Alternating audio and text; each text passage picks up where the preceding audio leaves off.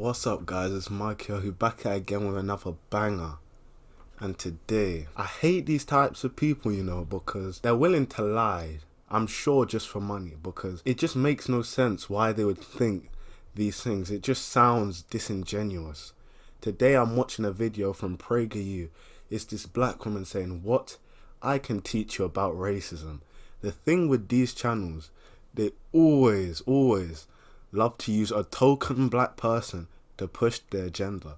They've got Candace Owens, the conservative twins, and now this woman. I don't even know who she is. So enough of this intro. Let's get into the video. Grew up in rural Virginia, literally dirt poor. I dropped out of school in the 8th grade and had 3 children by the time I'm 20.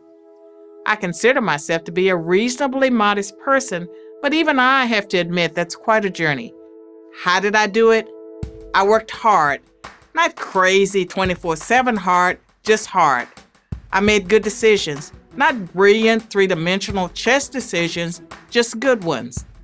I met people along the way who helped me and sincerely wanted to see me succeed.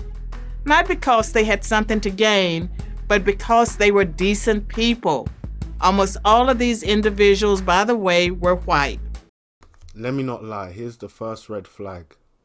The fact that she had to point out that the people that helped her most along the way were white is a red flag. There's no reason for you to be pointing out the race of the person that helped you. And let me also say this. Most people in places of power, places of influence that can really help you are white. So that's kind of a no-brainer. So her whole statement, it just sounds scripted and or biased. But mostly, I think I was blessed in one crucial way. I was born in America, a true land of opportunity for anyone of any color or background. In this country, where you start your life does not determine where you end up. That works in both directions, by the way. You can start out with every advantage and waste them all. Or you can start out with nothing and become a success. It all depends on you. Your attitude is far more important than your race, gender, or social class in determining what you will accomplish in life. When I hear young blacks, or anyone for that matter, talk about systemic racism, I don't know whether to laugh or cry. I want to laugh because it's such nonsense. I do agree with that to a certain extent, because no matter your race and whatever you have stacked against you, it's still possible to succeed, just like this lady. But say if you're trying to start a business, but black people are twice as likely to be rejected for loans, and all of this stuff, it just makes it harder and harder to get out.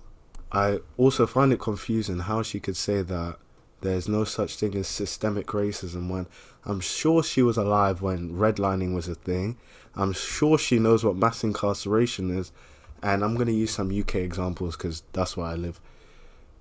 Black people are 3.5 times more likely to be excluded from school for basically no reason. I've experienced this personally.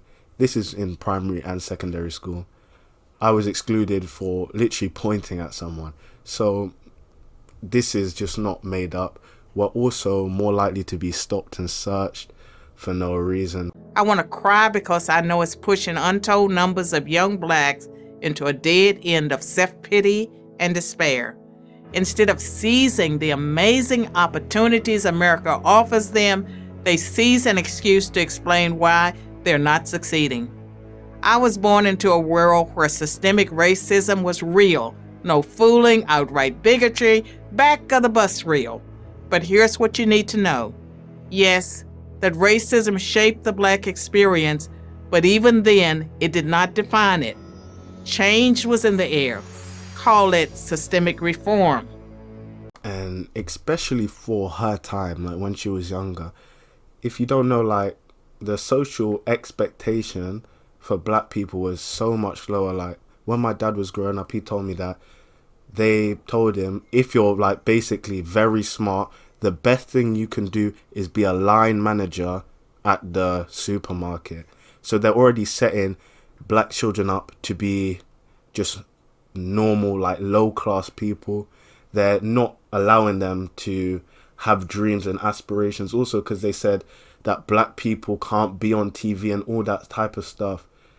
It's basically indoctrination. It's not making you think outside the box and not allowing you to truly do what you want. How could I not be grateful for that and for the sacrifices so many others have made to preserve it? The truth is, I cannot remember a time when I did not love America and feel pride in the belief that I live in the greatest country in the world. You can speak all of this about how America's great until you're one of the 1,100 black residents that were basically forced out of a neighborhood because of racial cleansing. Then what do you have to say? So I really don't get it. The modern civil rights movement was in its infancy, and the leaders who fought for equal rights for blacks were men and women of all races. They believed in America and were determined to see it live up to its highest ideals manifest in the Declaration of Independence and the U.S. Constitution. Did I know growing up that George Washington and Thomas Jefferson owned slaves? I don't think I ever thought about it. If I did, I'd like to think that I would have had enough common sense to know that we can't judge men who lived 250 years ago by the moral standards of our own day. You most definitely can judge people from the past by the standards of today if you're trying to call them heroes and good people. It's like in England, everyone thinks Winston Churchill was so good, and even I got lectured during when we was learning about World War II about, oh yeah, how if we didn't fight for you, like black people, Hitler didn't like black people, basically insinuated that I'd be dead, but Churchill didn't either. So the only reason why they consider him a hero because it's the winners writing history. Think about this. All the black people that fought in World War II, all the Indian people that fought in World War II, but as soon as you come to England to rebuild the nation, what we did, why I'm even here, they go out packy bashing, killing black people, killing basically everyone. That's not white. And imagine this, they tried to tell you, or my grandparents, that the streets were paved with gold. But then when you come to the country, you can't even get a house because it says no Irish, no blacks, no dogs, and stuff like that. It just makes no sense. But I know that Jefferson wrote the words in the Declaration of Independence that made slavery ultimately impossible, that all men are created equal. And I know that Washington, Hamilton, Franklin, and Adams and the rest of the founders risked everything to make my world, my America, possible. They didn't risk it for you. It makes no sense. They can't say everyone was created equal, but yet you're still in chains. It's like, I remember this, the reason why slavery ended, I think it was because of plantations ceasing to be profitable.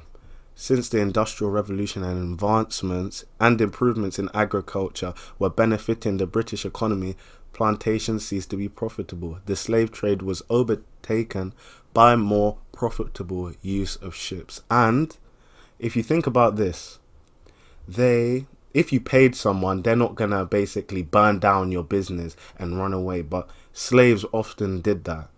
In Jamaica, Haiti, they completely took over, and that is, the owners are losing money, so it's just not as profitable.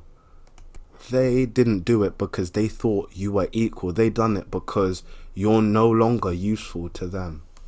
Now I understand why she said this. She's just a patriot. Number one, if you think America's the greatest in the world, they're not number one at anything. I think probably except for in the past it would have been the amount of COVID deaths, but I don't know about that anymore.